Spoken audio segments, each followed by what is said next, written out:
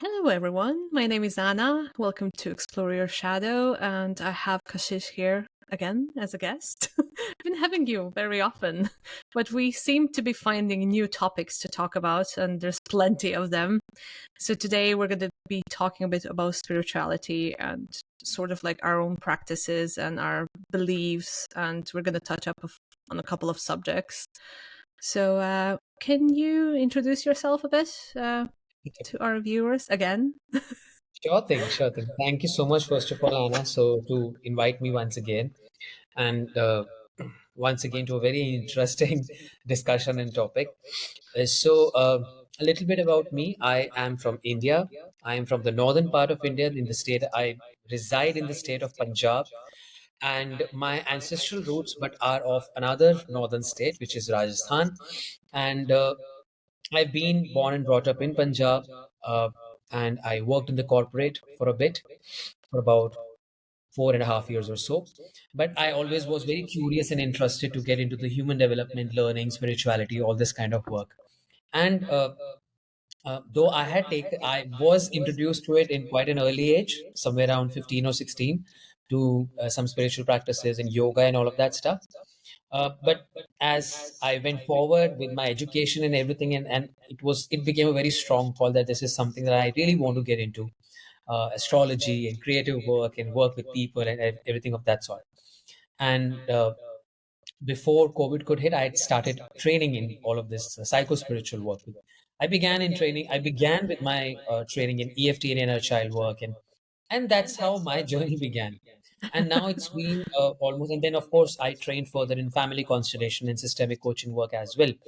And after completing my 1 year of training, even in that work, now I am here working as a certified uh, coach and a practitioner, facilitator with people from different walks of life. And it's been close to 4 years since I've been actively working in this domain. And I've also incorporated of late some elements of yoga, again, owing to some bit of training in yoga. And yes, the journey goes on, and my own upgradation is going on along with it in terms of my skills, in terms of my understanding.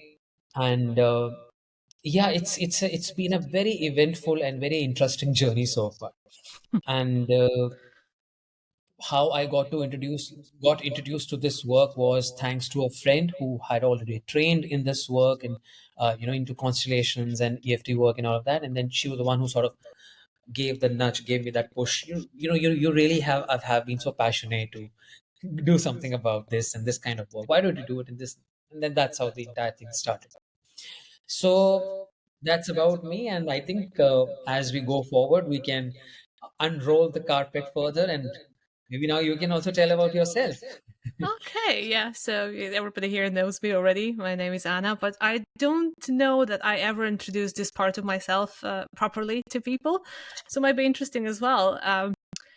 So yeah, I was born very gifted, or maybe it's almost like a gift and a curse in the same way because I was raised Catholic in Croatia. Actually, I was born in Yugoslavia, Oh, which then became Croatia after the war. okay. Um, Raised Catholic, my family was very religious, especially my mom. She came in from like a very kind of Catholic conservative kind of upbringing.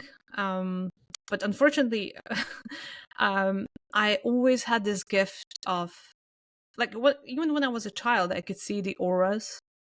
I could know if people are lying. I could see Hmm. inside of them. I could see their Yeah. sicknesses even. I had prophetic dreams. And I actually, you know, like I even had a dream of my mom dying, which happened Hmm. 5 years before. And it Hmm. was correct to like a dot. Oh, okay. Yeah. Okay. And it got me really worried.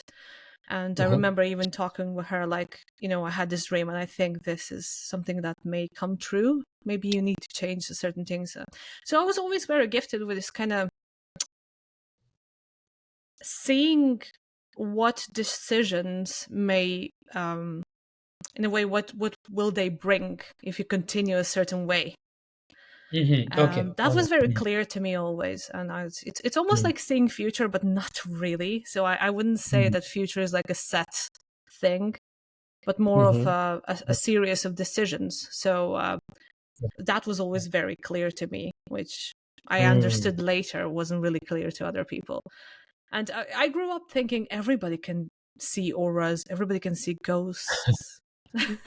I had a lot of like spontaneous astral projections, and which I, Mhm. up to this point, don't understand. Half of my childhood, was it real or it was just something I've seen that I shouldn't have seen?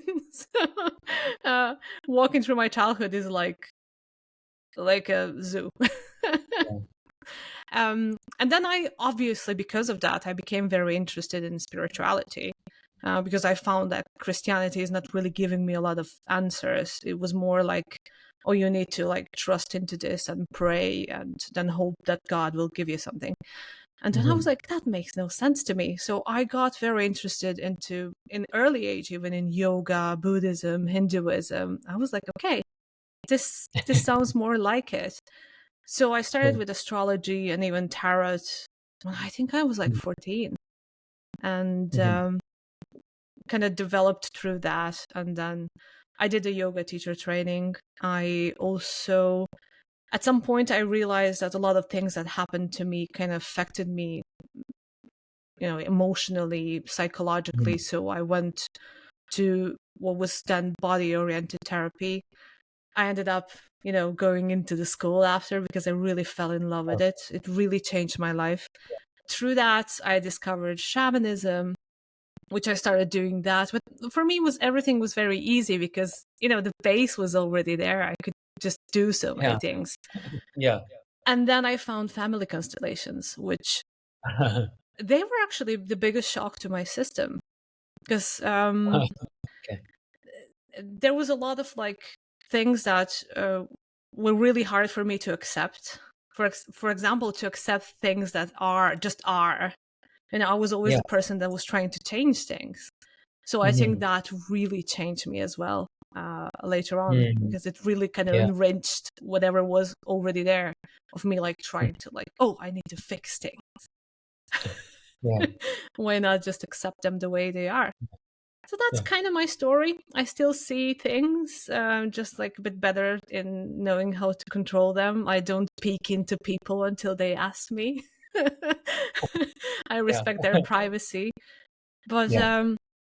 the biggest curse in all that is that you see everything about everyone else apart from yourself. And then you Mm. actually need help Mm. from other people because Yeah. Yeah. you can't see within that well as the Mm. outside. Mm. Yeah. It's very interesting because a lot of people understand that this is something very outlandish.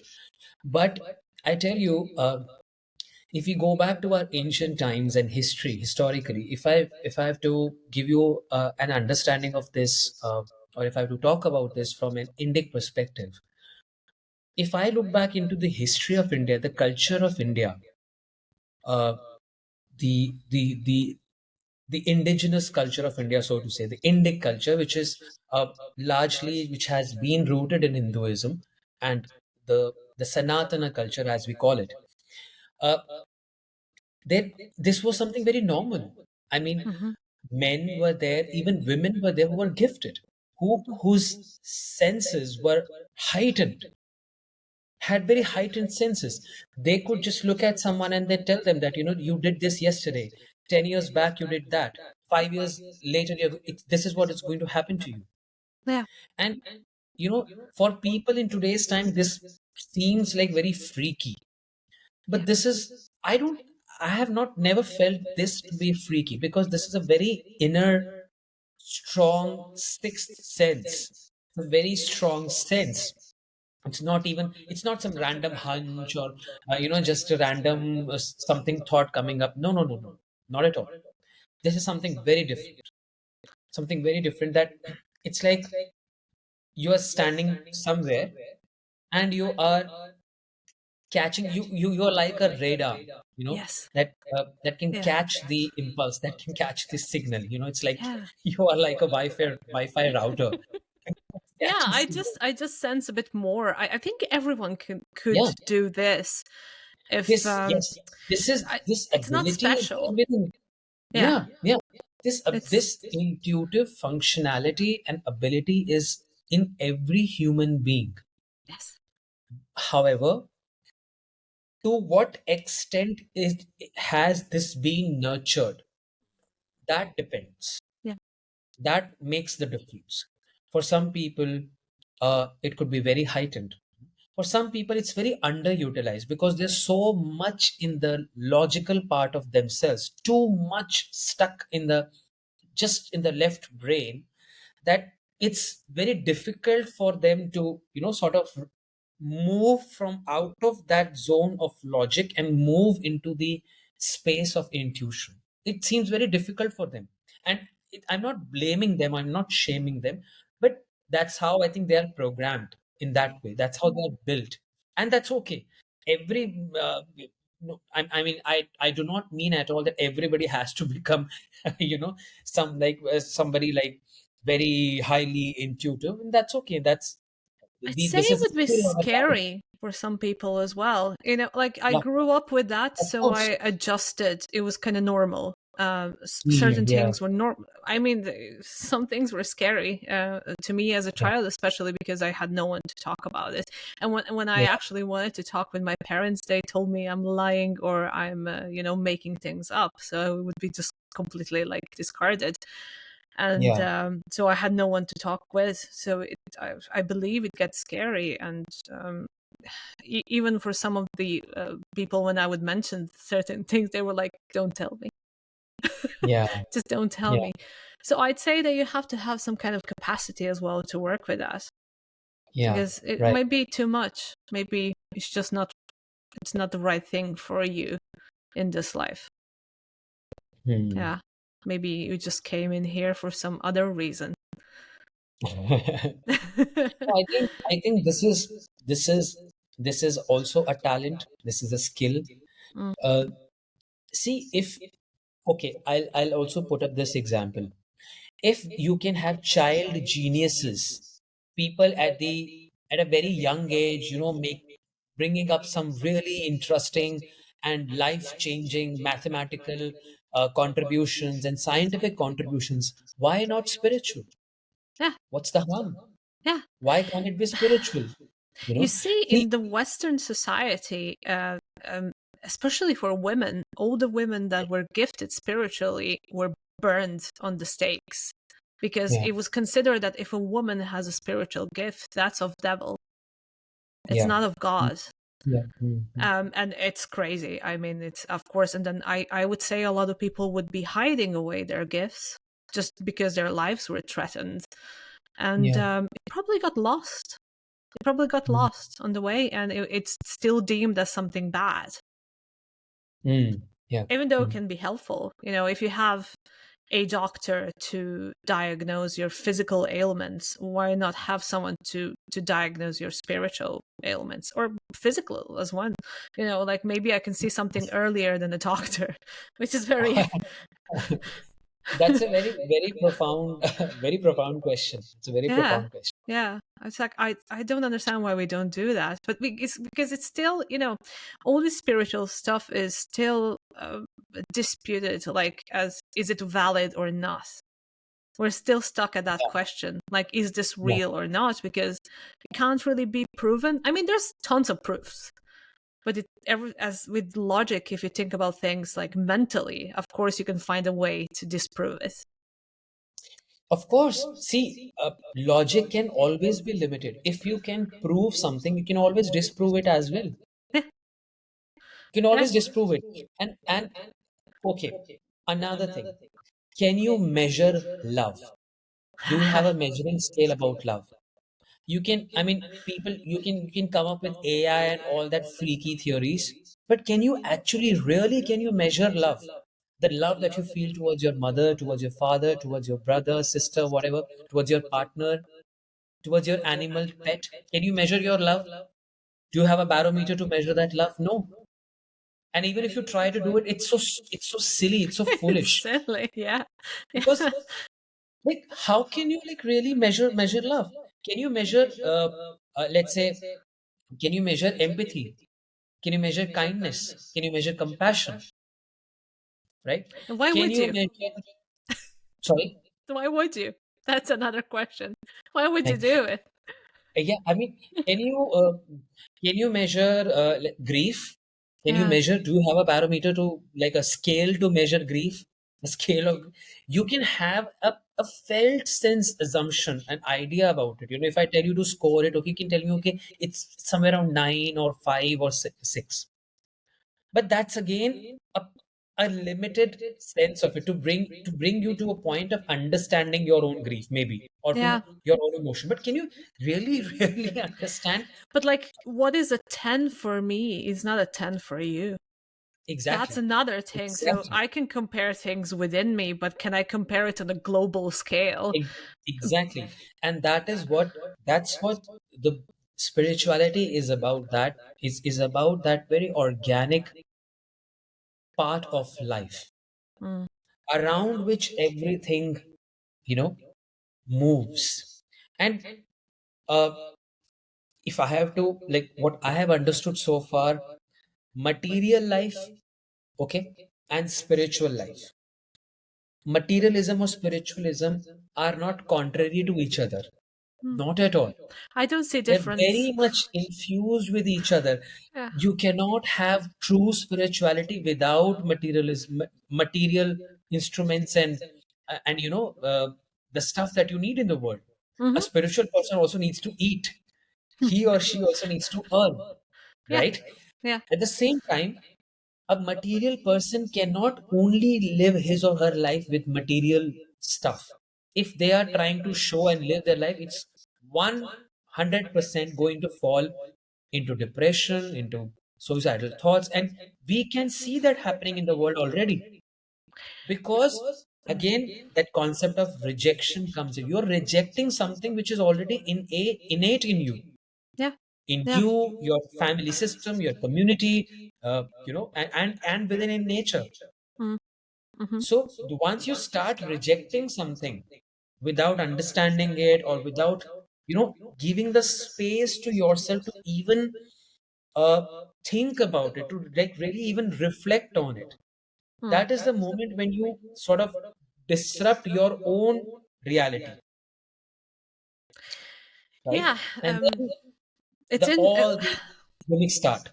I have a friend, and he was telling me like, oh, I'm gonna stay at home, I'm gonna do a lot of meditations, I'm gonna really work on my spirituality. And he was in a very destructive family, right? So he was in a very bad environment, and he's like, and this way I will become powerful. And I told him immediately, I'm like, no, you won't, because Yeah, you need to physically manifest that resistance. Like, you physically need to show your family that there are boundaries. Because if you try to do it spiritually, it will never work, because everything needs to be on board. Your mental state, your psychological state, the way you everything needs to be on board. And of course, nothing happened. Like, you can't be at home and meditate and hope this will change your life. It just doesn't work. Yes, it will. It's possible that it will bring you to like a state of mind where you will be better at making better decisions for yourself. But that decision is the one that matters. So yeah, yeah, there is this huge illusion, and especially in the West, about spirituality, that you just need to be spiritual to achieve things. It's like, no, everything needs to be on board. It's like, oh, I want to heal some kind of disease, but I'm going to continue eating junk food and just like focus on good things in my head. yeah, No, right. like No, everything not needs at to all. be on board, and especially Exactly. as I see layers, so I see like spiritual layers, and material energy or material world is the hardest to change. So in order Yeah, to change that, it takes time, and yeah, there needs to be a lot of energy put into it. So it's going to take a while until something physically changes, because that's the yeah. nature of Exactly. physical world. Um, Exactly. but it will start from the spiritual. But if there's no action on the material plane, nothing will manifest. Yeah, Nothing. yeah, exactly, exactly. This reminds me of the very famous text, which is the uh, Bhagavad Gita, where which is a communication, which is an interaction, a dialogue between Krishna, Lord Krishna, and Arjuna. Arjuna is his actually Arjuna. If you if you happen to read about Mahabharata, the Bhagavad Gita is a part of Mahabharata. Mhm. It's a huge epic, and it's very interesting, vibrant epic. So many stories, and the way it starts, and one can find almost every human emotion, In every it. possible uh, bad, good, mixed human emotion in Mahabharata.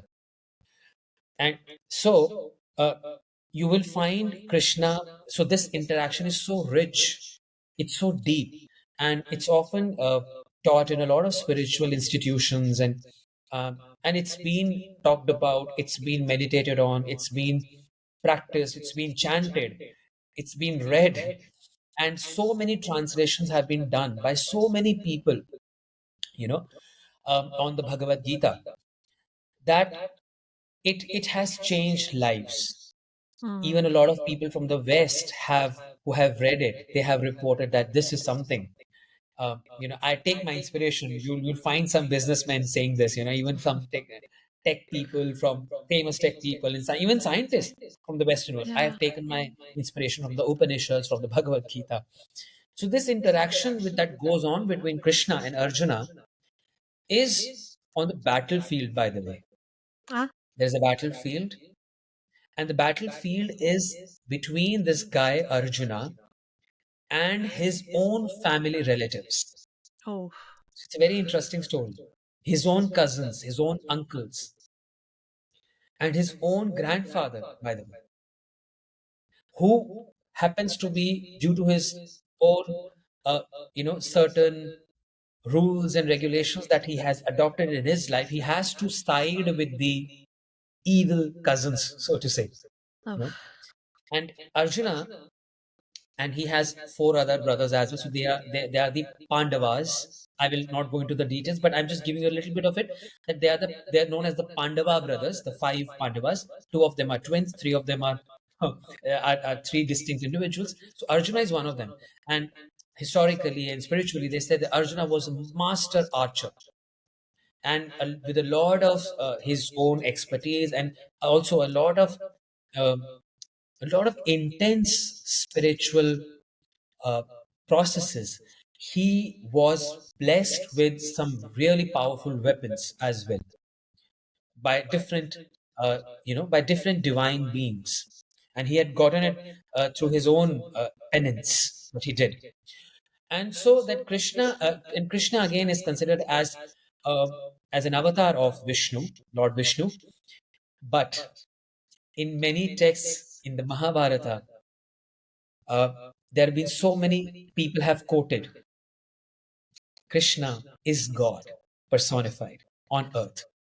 And it's, by the way, Krishna himself says on the warfare that I am God. He clearly says, when Arjuna is so baffled with all the conversation that he's having with Krishna, and there are 18 chapters to Bhagavad Gita. Each chapter is dedicated to a specific theme. So it begins in the war, it ends also in the battlefield. But it is said the time froze when this dialogue was happening between these two people. And it's a very deep, very wise, spiritually nourishing, materially nourishing, psychologically nourishing dialogue between Krishna and Arjuna. And Krishna starts with, and Krishna is also, by the way, telling Arjuna that, uh, you have to maintain your energy like this. You have to adopt a certain lifestyle. He even goes to the extent of guiding Arjuna what you should eat, what should be your diet, because it has an impact. How the body and mind are so connected. How the modulations of your mind make you perceive, observe, and express life in a certain way, Yeah. and Yeah. not perceive in a certain way. And then he goes on to categorize the negative tendencies of the mind as lust, greed, jealousy, attachment, and desire, Mm. and Mm. two other subforms of it. And then, of course, there is also a lot of metaphor and allegory in the dialogue that's happening between them. So one needs to have a very, very, very refined intellect to understand exactly what Krishna is saying. Even I have not been able to completely fathom it because it's so deep. That text is so deep. But understand that, Krishna is talking to Arjuna in both very practical terms and also at a very deeper level. So he's Mhm. bringing a balance of both. So spirituality happening on battlefield, imagine. Why And not? it's such a unique condition that the battlefield is also with whom? The battlefield is with your own family. Mhm. Mhm. Own extended family is the what is what is whom you have to fight. Yeah. And then there is a conundrum. It begins with a huge conundrum in Arjuna. My God, I can't lift my. I'm so. He's going through a panic attack. This is how it starts. He says that Krishna, I can't. My Lord, I just can't pick up my bow because they are these cousins with whom I have played as a child. I've grown up with them, grandsires, uncles, and our extended other relatives, friends, so called. I have been with them in kith and kin, and have spent my such a long life with them. Mm. And now I have to fight with them. How can I do it? And then he goes on to give a huge, a lot of verbose, grandiose lecture about righteousness and evil and good and bad and this and that. Krishna is patiently listening, like a proper spiritual guru or a psychotherapist is patiently listening. And then when it goes on beyond a certain point, he tells Arjuna, stop. Arjun, you are talking in grandiose terminologies, but you know nothing. Aha, and you don't So do anything. that's how he stops Arjuna. You know nothing. Your words, your thoughts are appearing from a very infertile intelligence, from Mm. a very shaky intelligence. Look at you. Your body is shaking. Your breath is quivering. You're not in your own control, and you're Mm. throwing up all this kind of this and that. That's how the dialogue starts. You see, Krishna is reading his body language as well. He's Yeah. so observant. Yeah. And it is said that, of course, it's said that Krishna is the divine incarnation, and he is considered as the guru of the whole world. He's also called as Jagat Guru, the guru of the entire Jagat world, because he Mm. gave his deep wisdom to the entire globe. Of course, this is a separate thing that certain people have started, even labeling Bhagavad Gita as demonic these days. It's so funny to see. They Everything that haven't doesn't read suit it. people is demonic. Exactly. I mean, they haven't read it. They have not even read even the first two chapters, the first two or three chapters. They know nothing about it. Yeah. Not even the basic of it, but it is demonic. Yeah. Yeah. No? Okay, anyway, that's a separate thing, but that's just a that I'm just sort of giving a slight idea around that. But yes, that's how Gita. So spirituality, the point here is that spirituality is not at all anti-human, anti-social, anti this, anti that. Not at all. It is purely integrated with human life, with Yes. day-to-day human life, with day-to-day human experience. And Yeah. it is talking, it will always talk. It will always, true spirituality will never lead you astray. It will always take an individual to the path that he or she is meant to take. So, Yeah. I mean, but I think this is something that becomes very difficult for people to digest because again, then, again, own limited understanding, mind modulations, and so much of colored perception, colored, preconceived notions. Oh, life has to be like this. And then, of course, there are so many people around us these days who tend to confuse us all the more what to do Yeah. because some people have their own agenda and they know nothing, but they have full confidence. There's a huge problem, I think, on the globe at the moment, is Exactly. that Yes. if you a lot of religions are kind of based on a system where there's no real spirituality, and people hate me for saying this, but there's no real spirituality around them. It's Yeah. like there is a book, you need to read it, you need to Yeah. trust everything what's in that book, you need to pray to God, and you try to keep yourself as moral as you can.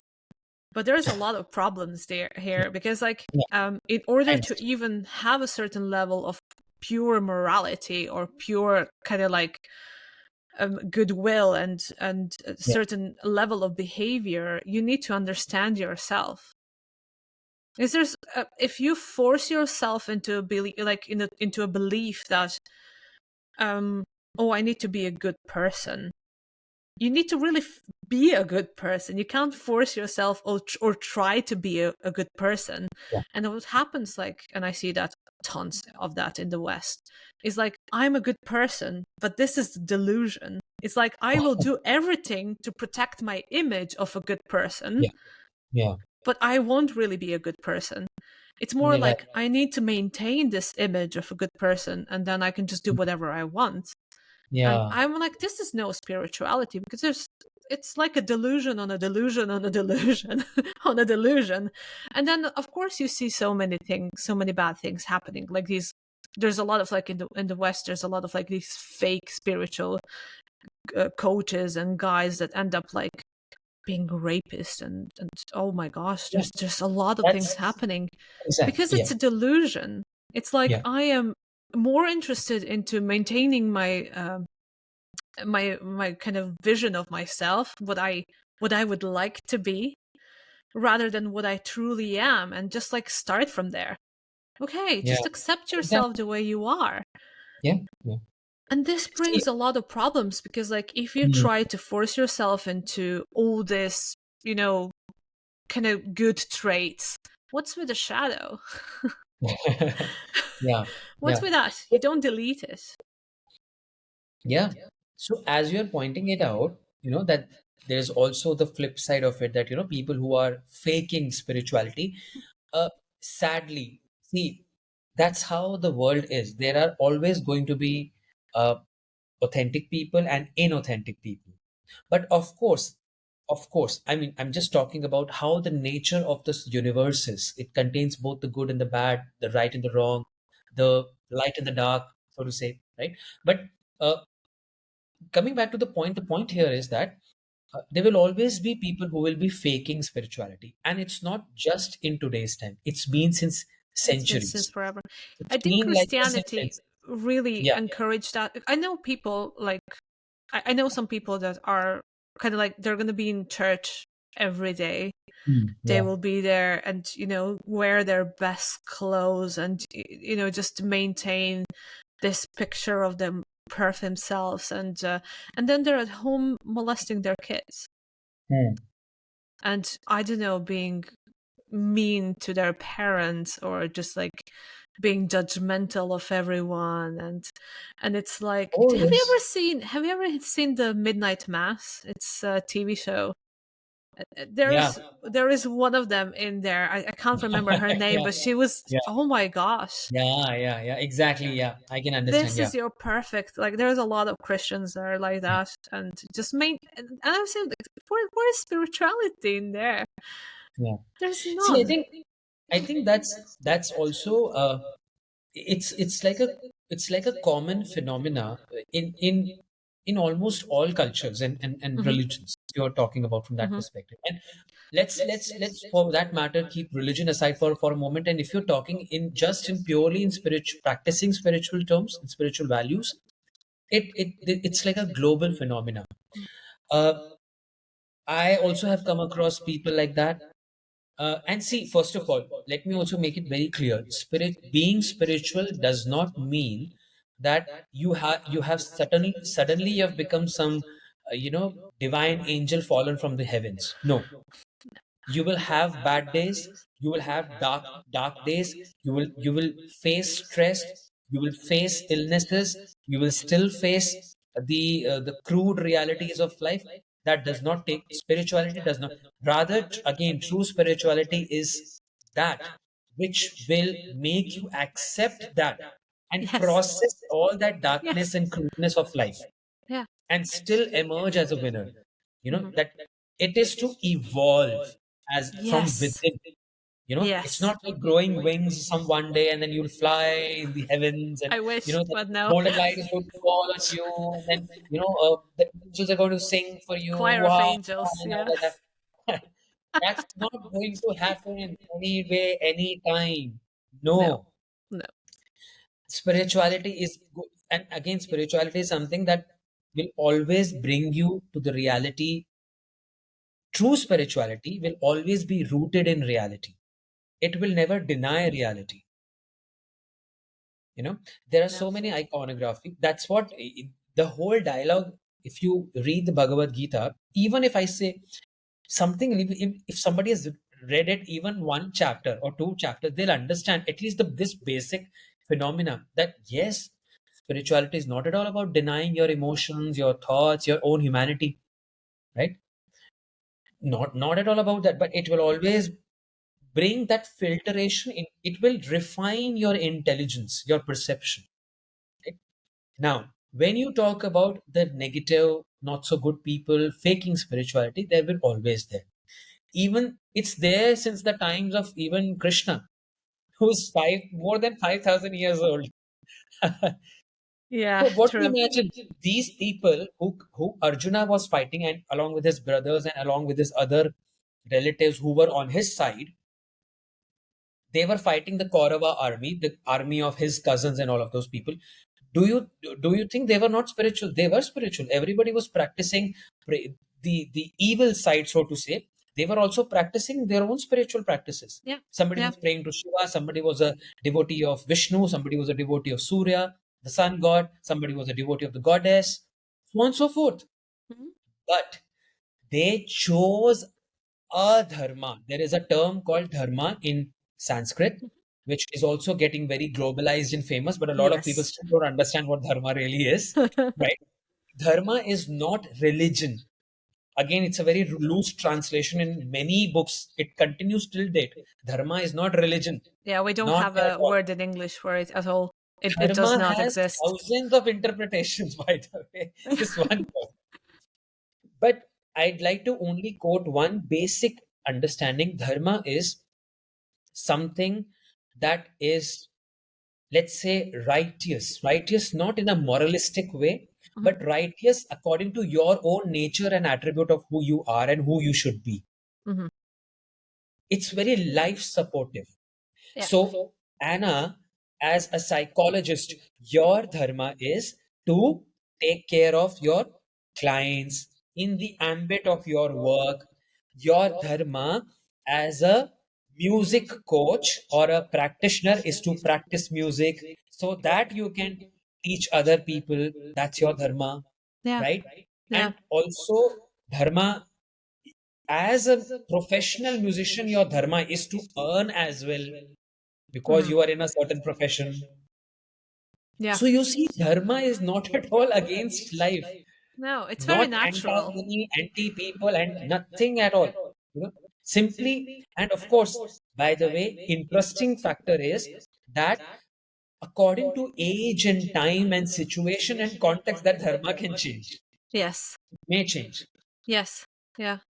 Yeah. So again, from your example, if you are a musician, when you step into the shoes of being a musician, your dharma is different. Then the dharma of being a psychologist doesn't apply there. No. No. When you are a family constellation practitioner, facilitator, then your dharma is very different. Then your dharma is not that of a psychologist Yes. completely. Yeah. So you Yeah. see how intricate and beautiful it is. It's almost like common sense, but unfortunately, common sense is kind So, of lost lately. So, but it's as very this simple. See, as they say that you must have read the famous quote, common sense is not so common. No, unfortunately, it's That's the fun funny part of it. because sometimes people, due to their own traumas and certain limitations, they tend to like look for these ways to solve problems that are very like for me. I'm like, why? It's like going around and around and around. Like, just go straight line, just go forward. But sometimes going forward and doing something that's common sense can be, you would need to face truth for that. You would need Yeah, to face what is and really accept it. And for a absolutely. lot of people, it's very hard. So they got rather go around and find paths that will not make them meet themselves. Um, that's how simple things, common sense becomes a very complicated matter. Yeah. And I've Yeah. seen that happening. Now, I was always, even as a child, I was very confused. For, I don't know, maybe it's just my astrological thing, but I always go for the easiest and simplest solution. Yeah. Yeah. Yeah, Yeah. I don't get why would you go around. Yeah. It takes too much time and energy. But Yeah. yeah, interesting. I remember talking about Dharma as part of my yoga teacher training. So we had Okay. essays to write about it, what we think it is, and it was very interesting because, like, yeah, I had to really go into the research because I don't think I understood it very much emotionally immediately. I thought, I was like, okay, this makes sense, but I don't know even how to name it in a language that would be close to me.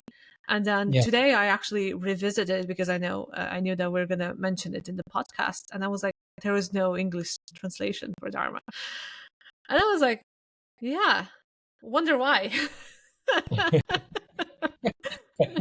It's Yeah. such a yeah. I don't think there's even in Croatian that would be a word. Mm. No, no. Mhm. No, for Mhm. Mhm. many years in Croatia, we didn't really concern ourselves with spirituality much because Yeah. Mm. of the See, religion as well. these words, their roots are in Sanskrit, and Sanskrit is a very technical language, by the way. Yes. Uh, one word can have five different meanings, by the way. So it's a technical and a very contextual language. So there is, if I say there is a word called hurry, hurry. Hurry is in English is in being quick. You're in a rush. Here, hurry refers to five different things now. You know, it could be one of the names of Vishnu. It could be a monkey. It could be a snake. It could be a scorpion as well. Oh my gosh. And there's not too many similarities between these animals. I was thinking, Yeah. okay, maybe there's a thing to follow, but I don't see the similarity between a monkey and a snake. But see, that's the context is very important. Mm, Where that word is being used.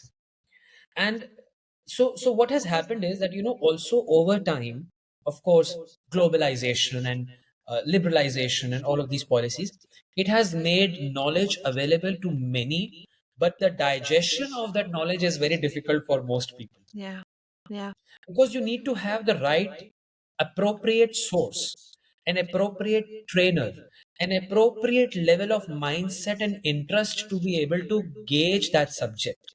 yes, yeah, And that is why you see a lot of people, again, going back to the faking of it, because there is a lot of undigested knowledge, unprocessed knowledge, coupled with your own unprocessed emotions and trauma. yes, So, because it's already so much unprocessed, it stinks. It becomes garbage, more garbage. mm, And then you project it on the people around you, on your parents, whatever it is, in different ways. That yeah. inner ugliness has still not gone. It's still there. But what you're doing is you're just taking on knowledge, knowledge, knowledge to try and cover up this ugliness. It's also very interesting that written knowledge, written words, can Yeah. be interpreted in so many different ways Oh, and can absolutely. be misused in so many different ways as well. It's like Absolutely. it's almost like reading with different glasses on. So for some people, Yes. like even reading a text, they can find the reasons why to just if they have a certain belief, they would just see the things that benefit that belief, but they won't see Yeah. everything else. And it's a very similar thing, like when people that are already Christians, they read Bible, they tend to not see anything negative in it. It's like they can't Mm. see it at all. It's almost like Yeah. having, like, pink colored eyeglasses, and just seeing the Yeah. good things. But not just that, like, I've seen people that were reading like spiritual books, and they only Yes. found the reason why they're Yes. so good in them. They're like, yeah, look, this is me, this is me. And I'm like, wow. So Okay, as okay. you say that, that's an intellectual bias. Mm, That's a mm, straightforward intellectual bias, and that is why it's very important to have certain practices, practical practices in place yeah. that will help you. That can help an individual. That can help us to keep our intelligence refined. That's why in if I have to talk about the ancient Indian scriptures, the Puranas and the Upanishads and all of these, the different scriptures and Shastras, they have a innate uh, component of questioning, conversation. Did you notice that when I mentioned about Bhagavad Gita, it's a conversation between two people? Even God, a godly incarnation, is questioned by Arjuna, and he is answering him. He is satiating all his intellectual fallacies and confusions.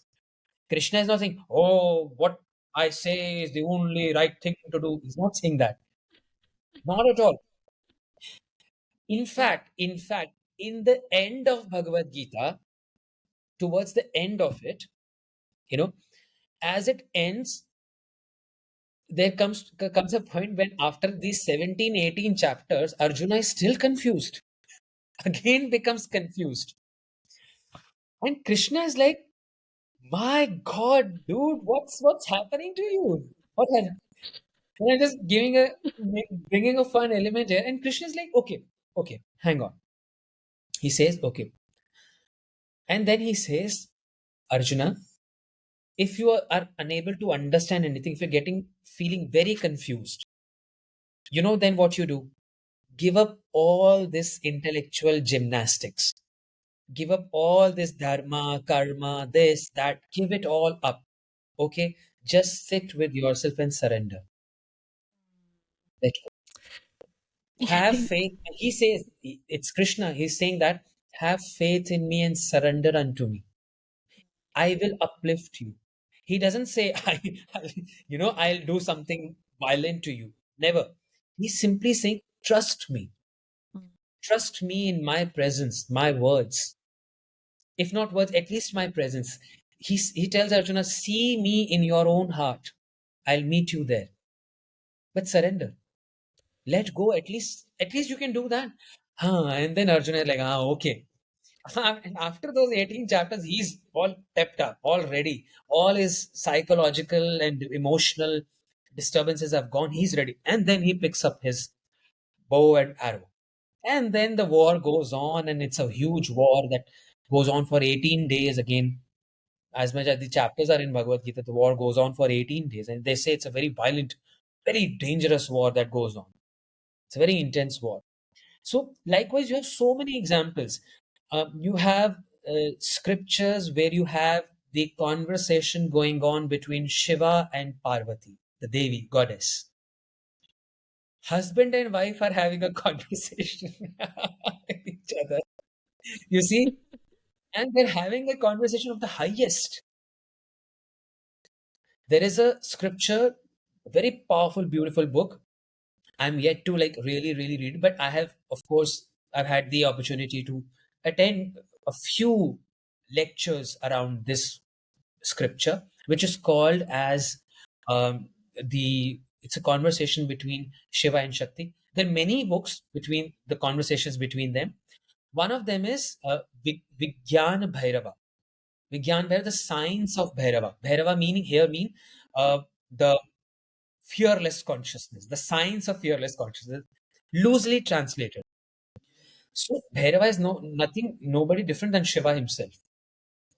You know. So again, that's a many different. I don't want to get into depth because it will take You could a talk lot. for days. Yeah, it's a But the at the core of it is it's a beautiful conversation between Shiva and the goddess, the god and the goddess.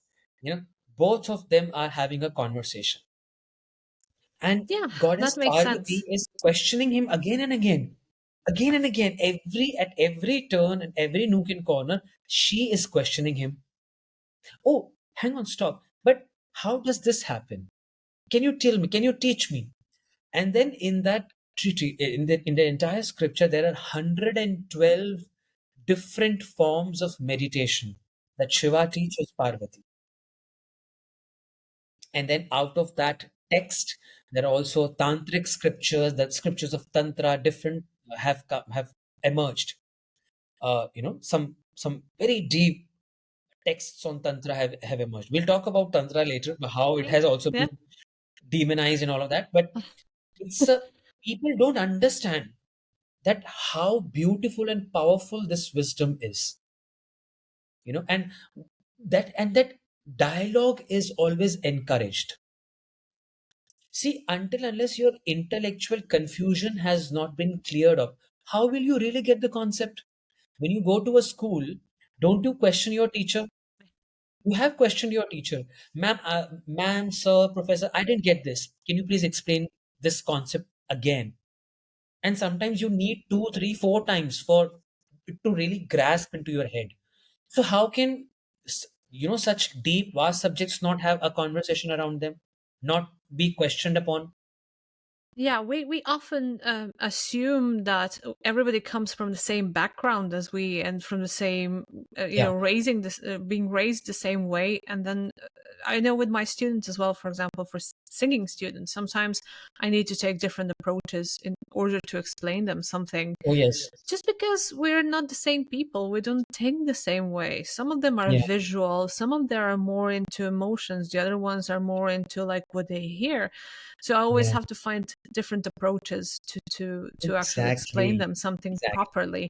And it's just because we're not the same people, and we shouldn't be, which is beautiful. It's like I learn through them as well, because like sometimes I learn about things that I would never see myself, because I look at things in a certain way, and which is great. But you, in order to enrich yourself, Yeah. you need to also you know open your mind a bit more. And I think as well for me, I was very kind of like, I wasn't the same person before I started doing therapies, before I started taking therapies. I think I was very kind of hot headed. I know everything. I know the right answer. And then when I Yeah. started working with my therapist, is like I had an option to either trust him and let him lead, or to leave, because there was no other way. And I Yes. decided, I was like, I had to make this conscious decision. Okay, now I know I have a problem, and I'm going to Yeah. trust this man to help me with it. Mm. Like, I'm going Mm. to just follow.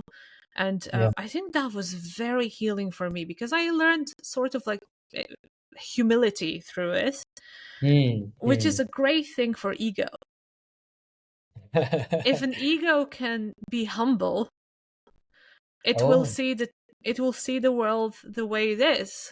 yeah. But if you're constantly in your ego and just like maintaining the best, best picture of yourself, Yeah. then it becomes a problem. But no, I was like, okay, no, I'm here. I paid for this session because I Yeah. have a problem that I can't solve myself.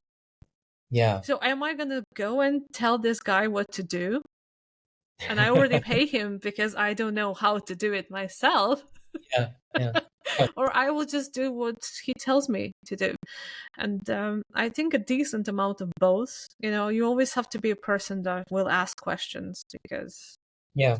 That's why you're here. You're not here to live your life without Exactly, exactly. asking questions and learning new things and Ex- enriching yourself. But also Totally, there will totally. there will come times when you will just have to, you know, let go and let someone else take care of you.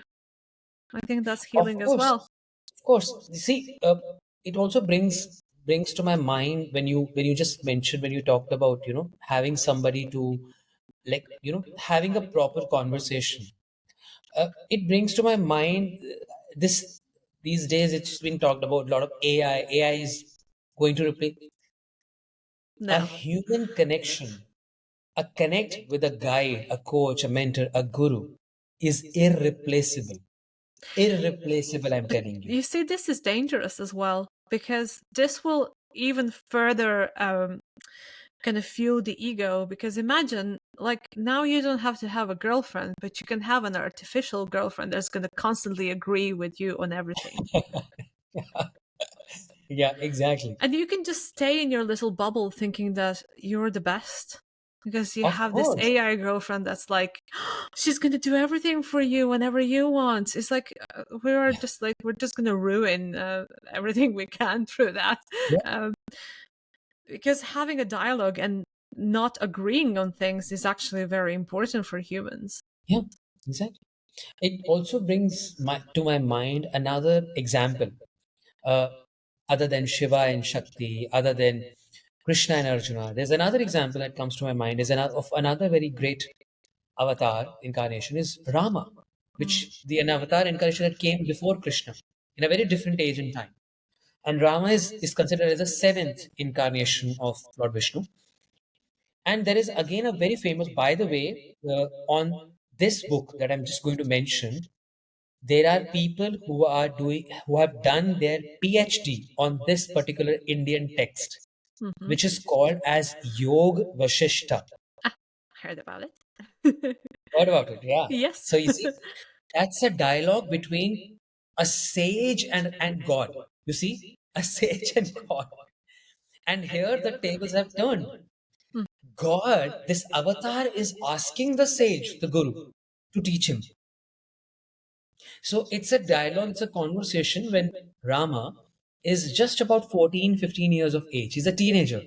mm, And this teenager, the prince of Ayodhya, the city of Ayodhya, he is having a dialogue with this highly illumined master. And this master, sage Vashishta, is still today is highly venerated sage. And till today, when we offer prayers and there are certain rituals and we do offer to the lineage of masters, he is bowed down to because he is considered as one of the highly elevated sages, mhm, in our traditions. So sage Vashishta, and he's having a very, very, very normal conversation. He's not saying, "Oh, you are God. You should not ask these questions. Oh, that means you're not God. I'm going to kill you." He's not saying all of that. He is sage Vashishta is, by the way, uh, the royal guru. The He is the guru to the entire lineage of the family to which Rama belongs to. Sri Rama belongs to. He is the guru of his father, his grandfather, and people.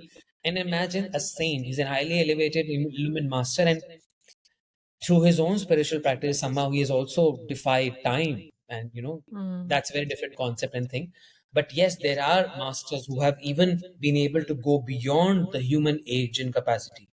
mm, There are so many such masters have been there. But all of that kept aside, the point here is that there is again dialogue, and a whole book is there on this dialogue.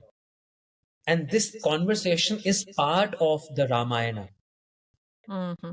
because Rama is from Ramayana. Yeah. Rama is a character in Ramayana, and Sage Vashishta is a character in Ramayana. And Sage Vashishta is having and the book, it is said Yog Vashishta is so intricate, it's not easy to understand. It's so intricate, not at all easy to understand. Bhagavad Gita, one can still understand, maybe in once or twice. Yoga Vashishta is all the more intricate, more the more deep. And similarly, there are many other texts as well. right? Many other texts as well. There's one another text called Ashtavakra Gita. Ashtavakra is a saint, a guru, a master who has 8 deformities. So his hands are like this. His one leg is deformed. His spine is twisted. He has 8 limbs in his body which are twisted. Mm-hmm. So he's sort of a little disabled in the body, but still a highly illumined spiritual master. And there is this dialogue between him and another king called King Janaka. This king is, by the way, the father-in-law of Lord Rama, Sri Ram. Mm, So he and the sage Ashtavakra having a conversation, and this is known as Ashtavakra Gita. This is Ashtavakra Gita. This is also Gita. This is Ashtavakra Gita. So the word Gita means like a song, mm-hmm. a flow of a Mm-hmm. song. Mm-hmm. So yeah, so likewise, there's so many Gitas, there's so many texts, and people say, "Oh, you have so many texts and books, you don't have one place to go to."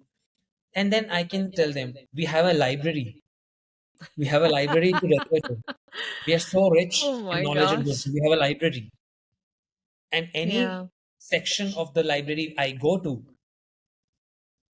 I'll be happy. I'll never Yeah. lose time. I'll never lose health. Nothing. All what will happen to me is I will always gain. I will always evolve. So my library is a very evolutionary library. It's not limited to only one or two things. Mm-hmm. Mm-hmm. This library gives me the power to look at the diversity of the world. It It's gives me beautiful. the intelligence to look at myself in all my complexities and simplicities as well, and even the others around me. And that's the beauty of it. There Yeah, is no shunning absolutely. of conversation, dialogue, perspectives. But yes, at the same time, they also there are also many texts like the Patanjali Yoga Sutras and all of those. They also talk about mind modulations. They also talk about how the mind can sometimes deceive you. You Mm-hmm. know, Mm-hmm. your Of wrong course. understanding, your Yeah. wrong perception, Yeah. uh, your limited purview can really get you stuck and create so much trauma and trouble for you. Sometimes our pain is just perceived. It's not actual, but perceived. Mm, So it's very true. difficult for people to digest, you know. But Yeah. yes, that's how the mind is. So there are treatises, there are books even specifically dedicated. It doesn't even talk about God. Mm, There mm. are such texts. It only and only talks about human emotions, human experiences, and the mind. Mind can often deceive us, but it's also the meaning that we give to certain things. For Yeah. example, like you could, I don't know, be walking down the street and you're trying to cross the road and the car doesn't want to stop for you, and you can Mhm. say like, "Oh, this is because I'm having a bad day and things are awful," or you can just not see it. You can just ignore it. And there's often like what meaning we give to things, and this is the mind playing with us, is what causes us pain. Yeah. Yeah, Yeah. yeah. Yeah. Yeah. It's And similarly, even in you must have even I'm sure you must have read about some of the Buddhist texts. mm-hmm. You are in Buddhism. So there is conversation, dialogue happening between a master and a disciple and a master, and a disciple too. Yes, yeah. That's You see, that's that's why I how. never Yeah. digested Christianity. Just like I remember having some of the chats with my own mother, Hmm. and we never had a full Bible at home, and we only had the New Testament. And I was like, I asked her like, "Why did you ever read through the Old Testament?" And she's like, "Actually, I started, but no." And I asked her why, and she's like, Hmm. "Because it's scary." Hmm. Okay. Okay. And it is. There is a lot of bad things there. There's genocides, there's rape, Hmm. there's a lot of bad things. And she was like, "Oh, I just decided to focus on the New Testament because that one is the one. It's the book that brings hope and the salvation and the end to the suffering." And she always told me, like, when I asked her like, "Why are we here? What's the purpose of life?" And she's like, "Don't think about that. You're gonna get a headache." And I'm like, "But this is my mission. I Yeah. I can't just go through life ignoring important questions like that, and I might Yeah. not never find the answer. It doesn't even matter. It Yeah. is the search for the answers that is so important, and just Mm. learning new things and evolving as a human. I think that's our duty, in a way, that we don't leave this planet uh, Yeah. with less